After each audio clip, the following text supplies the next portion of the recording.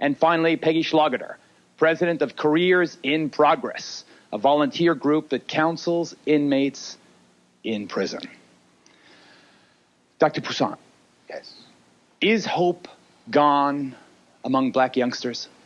I think a lot of youngsters at the bottom, I think a lot of them are feeling hopeless and helpless in getting out of their predicament. But I don't think it's just because they're black. I think it's also because of the poverty. You know, even these figures that we have about inmates in prison are related to poverty, because the poverty rate of black people is 3 times the rate of white people. And if you look at the percentages, in fact, of black men in prison, they're just 3 times the number of white men in prison. So I think that it's not just a question of race, but it's conditions that a lot of these families and young men find themselves in. There's also still discrimination in the criminal justice system and how black men are treated and so on. What I'm trying to say, it's not all a negative thing related to something with race, but all kinds of social forces, including discrimination, is still affecting black men and boys. Bill, in your article, you have one sentence that I found just harrowing in its implications. Most black men in most parts of this country, for most of their lives, will never be employed. Joblessness has become a way of life. Can that be accurate? It's accurate. It's also old news. The news is about 20 years old, actually. First it was surfaced in a book that came to my attention, at least, by a man named Sidney Wilhelm called Who Needs the Negro, in which he talked about the economics of uselessness. That book was published in 1970.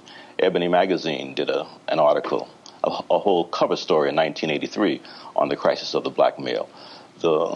It's just recently that the question of black young men as an endangered species has seized the popular imagination. But the trends that I tried to talk about in that article, the absence of jobs, the refusal of the government to do what's necessary, which should be something like a domestic Marshall Plan. That when you have, the question really is an old question, is, are black people really true citizens of this country? And does, in fact, the government feel a responsibility to black men? Black young men simply as the most visible question marks of that much larger historical question. See, also that high percentage of unemployment or just not working in the workplace also means that the black family is affected. And it causes all kinds of problems with the black family, including single-parent households, poverty, the whole bit, because jobs and employment is not available. It's almost as if black males have become dispensable. I mean, they brought us over here in the first place to work the fields, like the brawn and the muscle. And as the society moves to technological society and white-collar jobs and all kinds of things away from manufacturing, it's like they don't need us anymore. And that's Dick, should we despair? Coming out. I think. Well, before I answer that, I'm in control, because if I start counting black men from this end, 1, 2, 3, then that means you're in trouble. Right? Right. I think one, when we sit and look, if we just looked at it from that standpoint, we could talk about crime. I think when you look and see that we're less than 12% of America's population, but as we sit here right now, 83% of everybody in America on kidney dialysis machines is African Americans. When you stop and think that 1 out of every 20 black men will be murdered against 1 out of every 131 white men. For every 100,000 blacks in America, 305 will die from cancer. For every 100,000 whites in America, 211. So when you really look at that and keep breaking it down, we're less than 12% of America's population, but over 51% of every movie ticket sold last year in America, African Americans bought it. What is in me that makes me feel so outrageous? I'm trying to entertain it out. When we look at the whole broad. But in order to sit here on a show like this, we have to talk about racism. We got an hour, and you got to be very careful, because this show is so important. You really don't want to alienate nobody.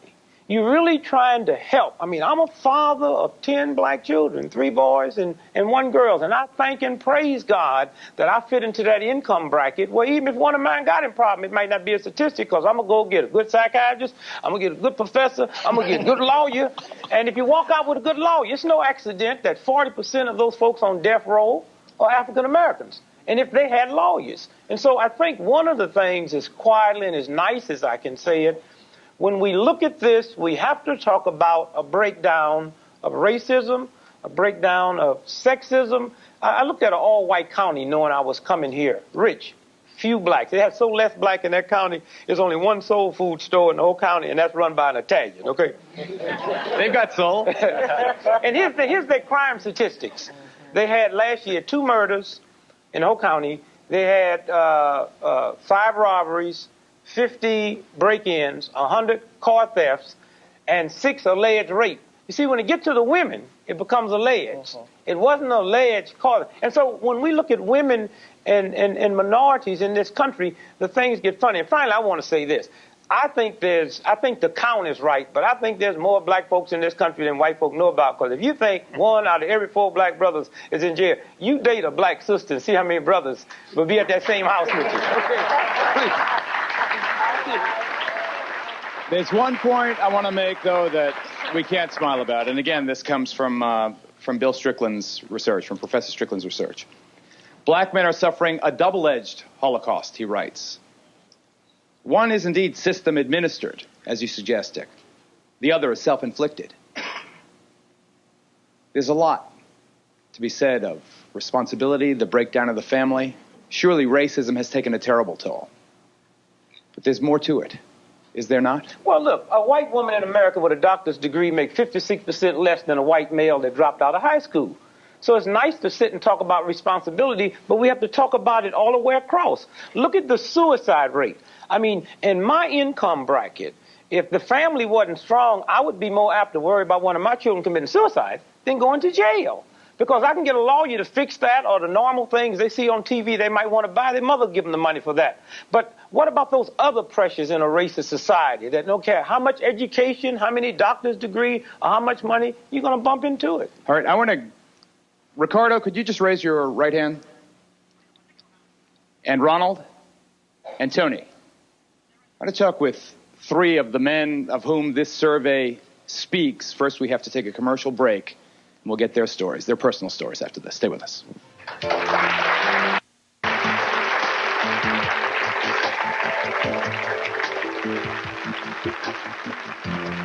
The crisis among young black men in this country. Let's go right to Birmingham, Alabama, to the West Jefferson Correctional Facility. Ricardo, you were on death row for murder. Murder committed at a time you were addicted to cocaine.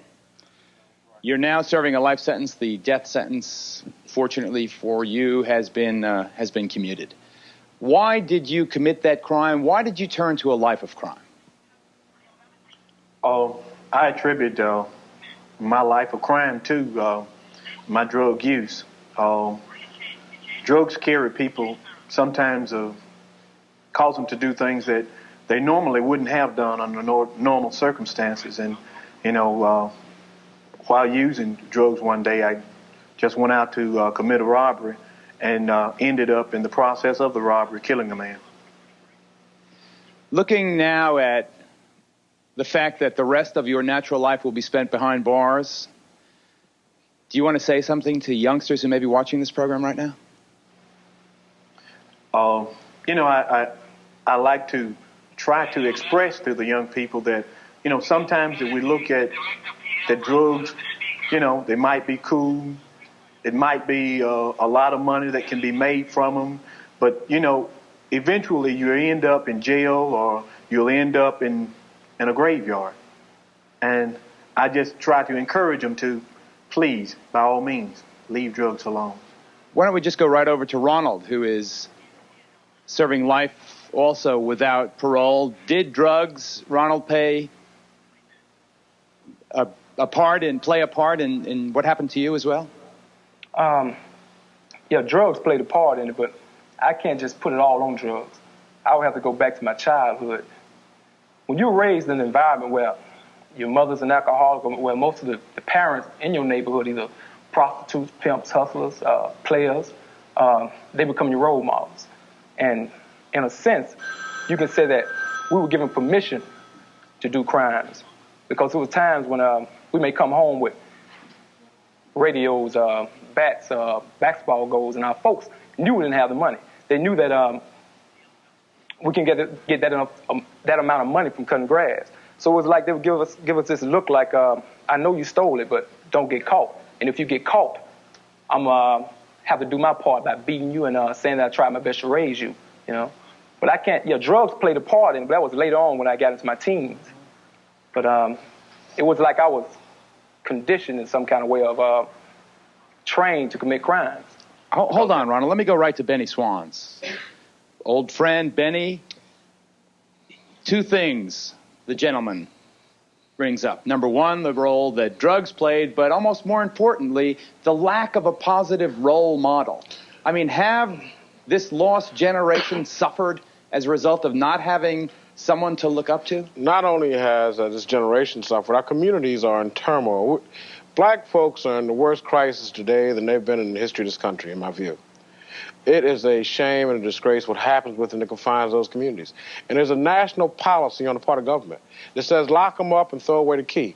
For some of those brothers that come back to the communities, they're going to come back unprepared to deal in that community and continue to victimize us. So the policy the government has set up, in fact, further victimizes that community and puts role models out there that is not good, that's not positive. I've got a 13-year-old son here, and I see a number of other 13-year-old children, and I'm just simply afraid of what the future holds for them. When we have a government that just simply does not give a damn, that's going to sentence these persons to jail for 5 years, send them back out in the streets trained in criminology to commit crimes against other black folks, we're in trouble. And we need to acknowledge that and force government to begin to deal with a Marshall Plan that marshals the resources of our community to make a difference. When you're out on the streets, Clayton, do you ever get a feeling that this thing is spun way out of control, that is only worse to come? Well, I want to just comment on something that Benny said on that issue. Drugs, it infuriates me so much because a lot of people think black neighborhood, drugs. And it's almost synonymous.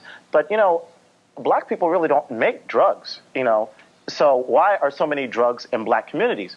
Let's think about that.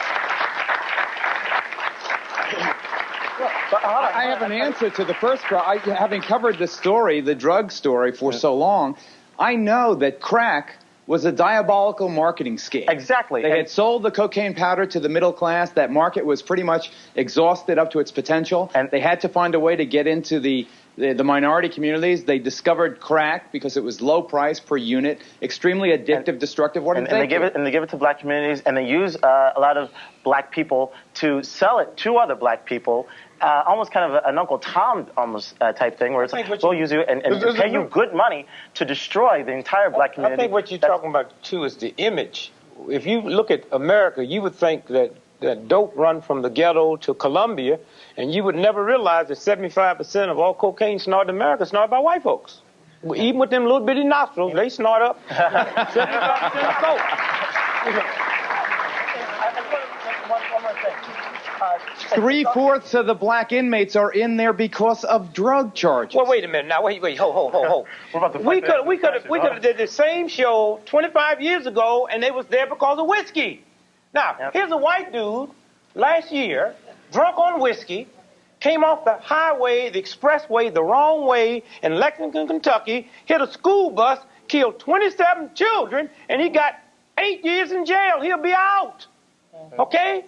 Now, let him had been that color, he'd be on his way to the electric chair. Yeah. Okay?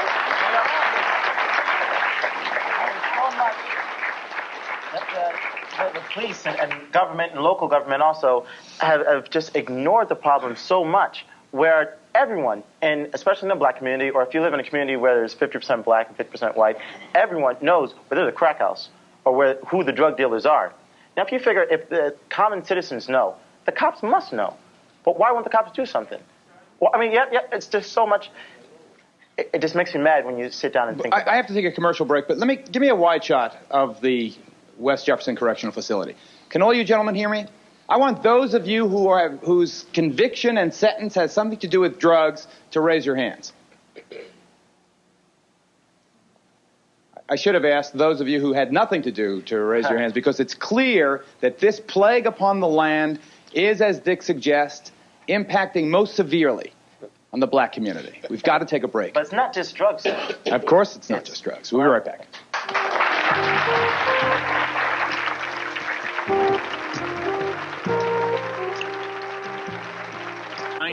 It's about young blacks behind bars.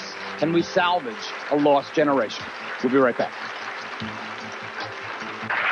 I want to go right to Tony Brown, who is behind bars right now, a convicted drug dealer. Tony's problem was his own drug consumption. He was his own best customer. He's serving 5 years in prison.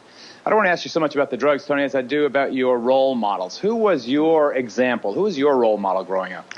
Well, my role model was the guys that were selling cocaine. They had the BMW cars, just nice cars in general, handguns. Anybody that had a lot of money in their pocket, those were my role models.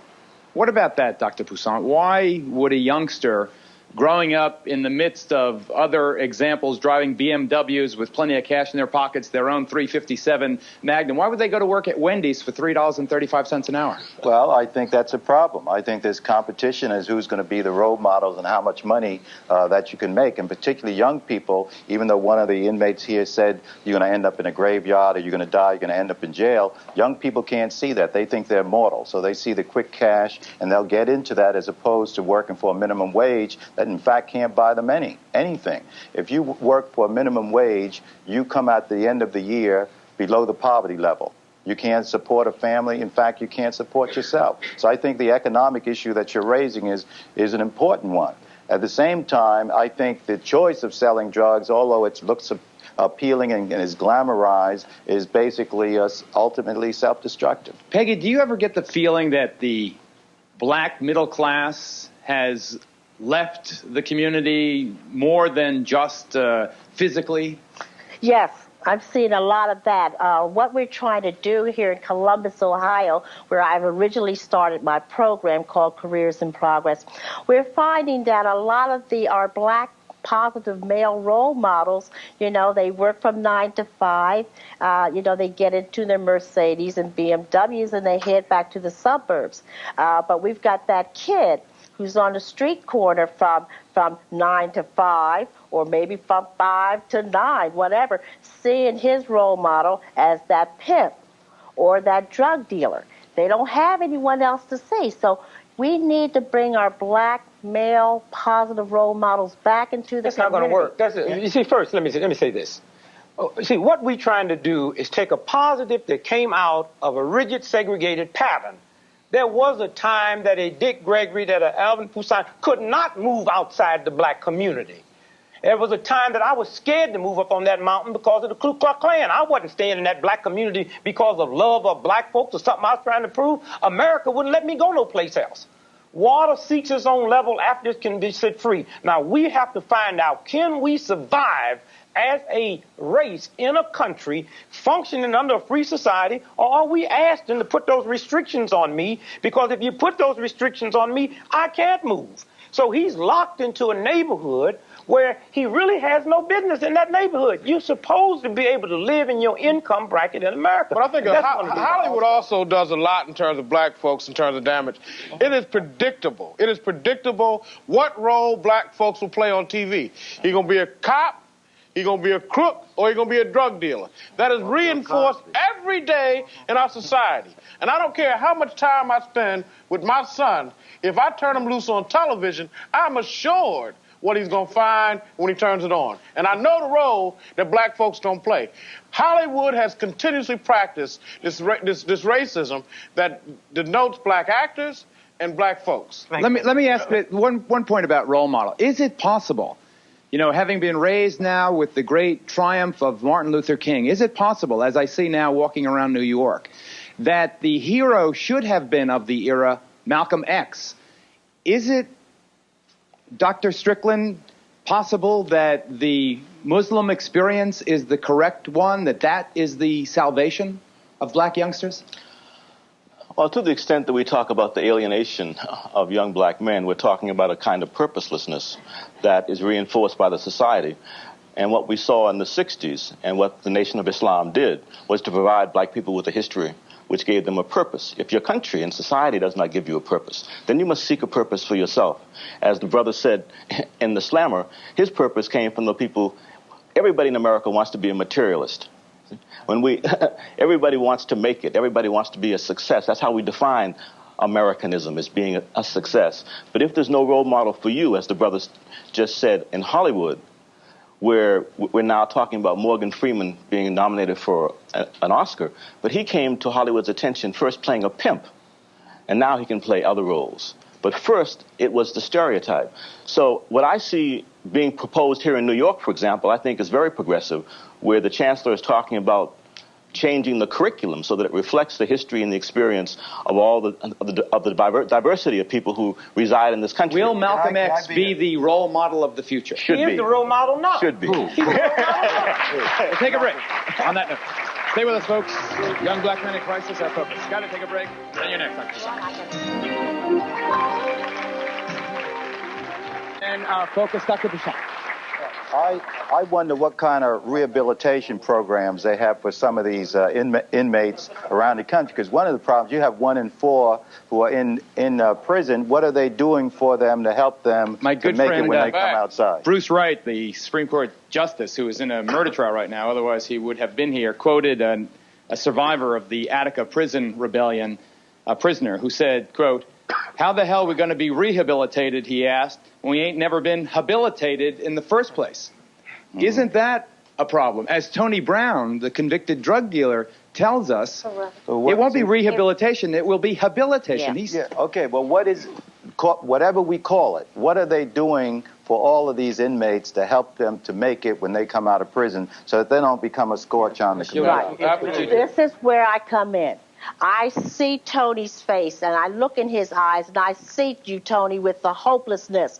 And what we do is we go in those prisons. I'm in 4 facilities right now, and we take volunteer people in there that will help them with the human behavior, with dealing with the attitudes, working with here. Love, L-O-V, is the most basic thing. People don't realize it's got to be something so big, but love is the thing. And touching Tony, touching him and let him know that someone is from the outside coming in. We can't deal with the correction. Ricardo, let's go to Ricardo for 1 second, because I made a slight mistake. I said he was in there forever. Actually, after serving 14 years, Ricardo's going to be getting out. What are you going to do when you get out, Ricardo?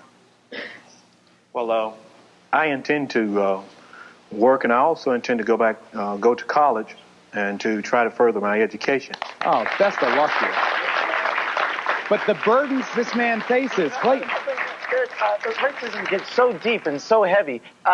If two very qualified black men go into for a job, one that says light skin, one that says dark skin, and they're equally qualified subconsciously. So people look at the light-skinned brother and say, very well-mannered young man, and there's a fear for some reason of darker-skinned blacks. A physical fear.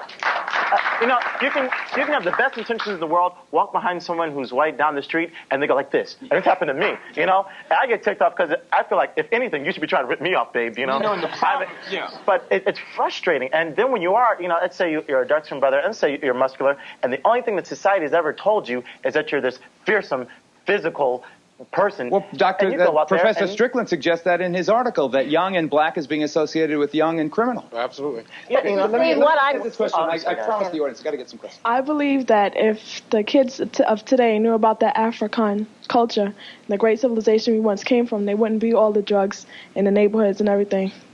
I think there's clearly some issues around self-esteem. Hi. I'm the instructor of the New York City Guardian Angels. My name is Jerry Monroe. And there's a few things. When I have my flooring business, and I live in a predominantly white area. When I go to the door to some of my customers, I have to be well dressed. I have to have a smile on my face. I have to talk proper. They open the door, and the first thing is they back up a little bit. And I've actually had customers that would get upset if I had to move their furniture around in order to install a job for them. That's unfair. We arrest people, predominantly blacks, in the Guardian Angels, and These guys are poor. A lot of these guys don't have shoes on that are ripping off. It's up to the government to do something about it. We're willing to do something about it, but the government has to take the responsibility, and they have to do something about it. I would like to touch. There is, like I said before, there's a physical fear of a lot of black people. There are a lot of cops that I've run into who they're not being bad cops, but a lot of them are actually afraid of arresting a black man, physically afraid. Has the drug problem ever been switched, where the whites have more drugs than the blacks? Or has it always been the blacks more predominant? As far as taking, or having as far as in the history of drug abuse, I don't know the answer. Yeah, cocaine has always been used more by whites than it had been by black. Even 100 years ago, same thing. It's a very expensive drug. Who should be our role models? And if, like, you got businessmen, you got sports guys that's in drugs, who should be our role model? Any successful black man that is working, that is providing for a family and a community, is in fact a role model. The problem is that we don't have a way to promote that, and we need a way to promote that. I want to just touch on go back to one. Benny, can you give me 2 minutes? I'm sorry, I hate to interrupt you. I've got to take a commercial break, and I promise you can let us have it in 2 minutes. Benny Swan is next, folks. Stay with us.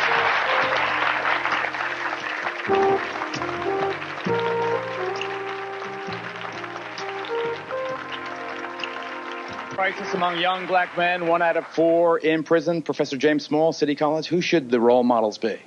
I think we overplay the role model thing. I think we have a lot of role models in our community. Stand in any street and you watch the hundreds, thousands of people going very well dressed every day to the subway station, from the subway station, going to work, unloading garbage trucks, running buildings, running business in our neighborhoods. We are letting somebody else determine what the model of a role model is, and that's very negative. But what I'd like to raise with Dr. Poussaint was, Dr. Poussaint, maybe you could tell us what the effects of imagery have in terms of projection of who the criminal is. And what I mean by this, and there's a book that comes out every year, Federal Government Uniform Crime Report, put out by the FBI and the U.S. Justice Department, and it just came out for this year. 83% of the youth committing crime in suburbia is white. 88% of the youth committing crime in rural area is white. 63% of the youth committing crime in the inner cities, in the major cities, are white. But when we look at the images on TV and the newspaper and other things, this is not reflected. What effect does this have on the attitude of those people that have to mold black youth? Well, I think very quickly, the imagery makes black people think that they're criminal, make all these white people think that black people are criminals, and then they get scared of all these other black men walking on the street because the images are not balanced. And I think you're right. There's a tendency when people are prejudiced, newspapers, to pick up the negative and then project that because they want the people to have that kind of negative criminal image. And I think that's how unconscious racism, if we want to be that kind, works, even in the institutions. What do we do? What are the white people watching this program now supposed to do? I know one thing we have to do for those white folks that's watching in black too. We just looked at those brothers there. Now assume that was my daughter that he murdered under drugs. Okay, I'm sitting here with an attitude, with all my compassion. I have a child that's dead. And I don't want to hear nothing about drugs or nothing like that. And at somewhere, this show, we'd do a great disservice if we didn't mention the victim. And I don't think we're going to ever get to the bottom of this as long as you got one side over here and another side over here. And I think we're going to have to structure laws, for one thing, that say that the United States government and the city of New York should be forced to protect me. And if I can get ripped off, they immediately come in and pay the bills. And then when they catch whoever did it, now we do 2 things.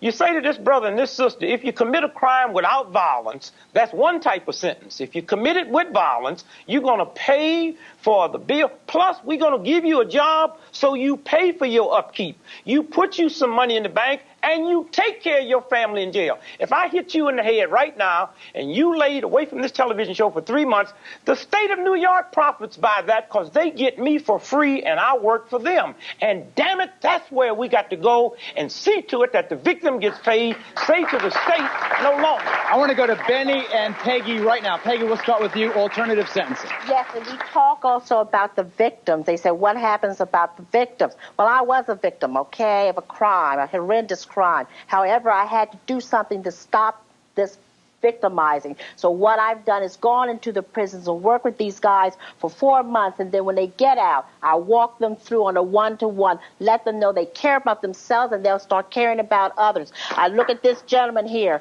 and he said he wants to go to college education, and he wants to first of all, we got to get him a job. We've got to get him a job. Get him to feeling self-worth again. Get him caring about others. Benny Swanson. Policy. We've got to change the national policy just says lock them up, throw away the key, number one. Right. Secondly, when we get them in there, we've got to do some rehabilitation so the young people can feel good about themselves. And thirdly, and most importantly, what we've got to do is get good people in the criminal justice system that really care and are willing to make an investment.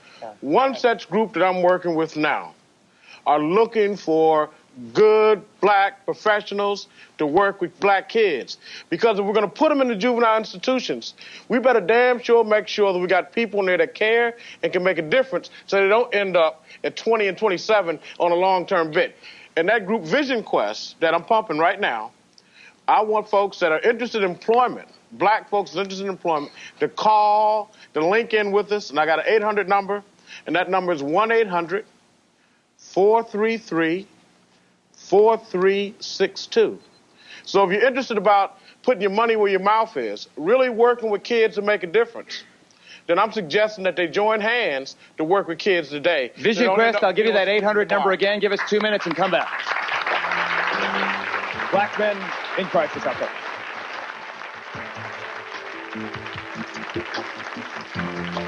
If you'd like to be a part of our studio audience, then write us at Geraldo Tickets, Post Office Box 684, New York, New York 10108. Or give us a call, the number 212-265-1283. We'll be right back. Quest, one more time, 1-800-433-4362. Black professional males, this is your chance to get involved. Everybody could get involved. 1-800-433-4362. Come back to Times Square Studios in New York in 1 minute. We'll be here. What do you think should be done? After 20 years as a New York City police officer, I'm retired now. I've come to the conclusion that lack of knowledge of African high culture is the main reason for the situation that we have today. If the educators will teach the truth to our children, they will be inspired and motivated. But instead, they want us to believe our roots are in Kunta Kinte instead of King Tut. And I think that our leaders can go a long way in being proud of their African heritage. Brothers and sisters, a little piece of kente cloth once in a while will go a long way, especially on national TV, to show that we truly are proud of our heritage, because we are the elders of the earth. We must stop abdicating our role as elders to be led by the children of the earth. Let me just go. Okay.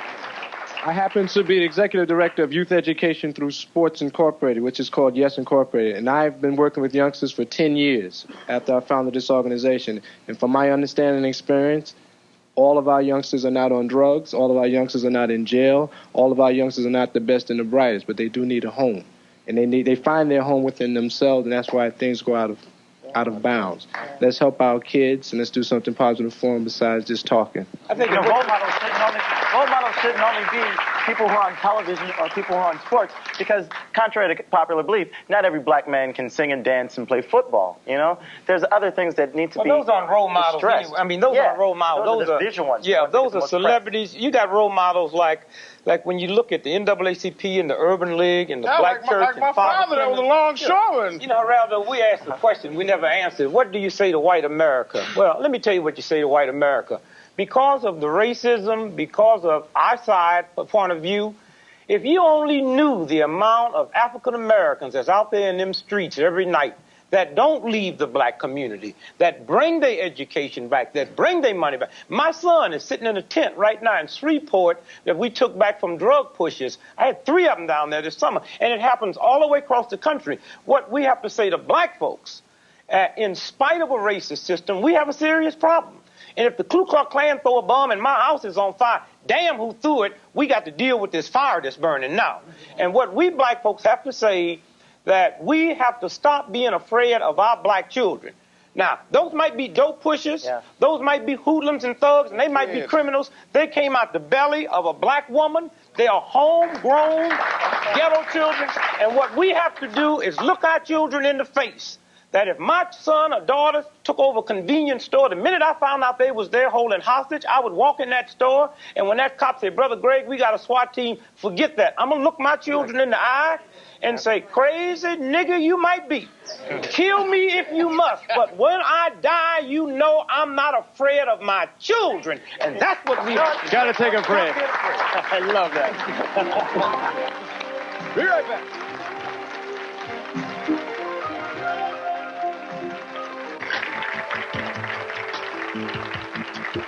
For transcripts, please send $3 to Journal Graphics, Geraldo Transcripts, 267 Broadway, New York, 10007. Or call 212-227-READ. Let me go right to Tony Brown in the 2 minutes we have left in Alabama. Tony, should white people fear you? Is the situation hopeless? No, I don't feel the situation is hopeless. First of all, my rehabilitation started here with myself.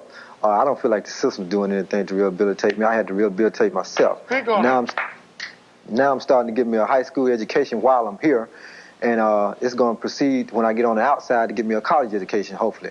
And then I'm trying to hopefully start my own business and learn a little bit more about my black heritage. Good for you. Congratulations. Clayton, quick, last words. You know, it's just a problem that the biggest thing that's rewarded in our society is crime to certain kids. You know, certain kids, they rip somebody off, not really caring about their victim who has to live it for the rest of their life. But crime is just so well rewarded. And it's rare when they get caught. But when they do get caught, it's such a big problem. It's just, we have to deal with that, I feel. Peggy.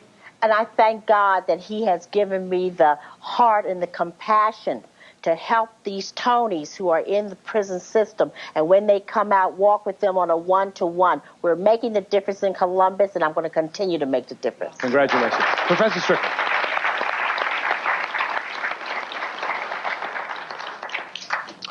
I think the important thing for white America is to decide whether we will continue to be manipulated by the politics of blame or seek the politics of truth. There's a whole history of the manipulation of racism in this country, from the 19th century waving the bloody shirt to George Wallace doing the nigger nigger, and Nixon and Bush running for Willie Horton. And while they're doing that, people are not understanding they're being ripped off by the SNL's $159 billion bailout bill, which means that every man, woman, and child in this country is committed tax-wise for the next 30 years because of the criminality of the savings and loans institutions. You got 15 seconds, Dr. I think we shouldn't act as victims, black people. That is, I don't think we should go around saying racism made me do it. They're a choice. They're all different role models. Some of these inmates are taking responsibility. They're making choices. We have to also look at how we're raising our children. Ladies and gentlemen, must happen in America. We must make it happen. Okay, Benny. Thank you, everybody, for being here. This is a topic I wish we had 10 hours to discuss. You in the audience, thank you for being here. Ladies and gentlemen on the panel, gentlemen from Alabama, thank you so much. Thanks for watching. We'll see you next time, folks. Bye-bye.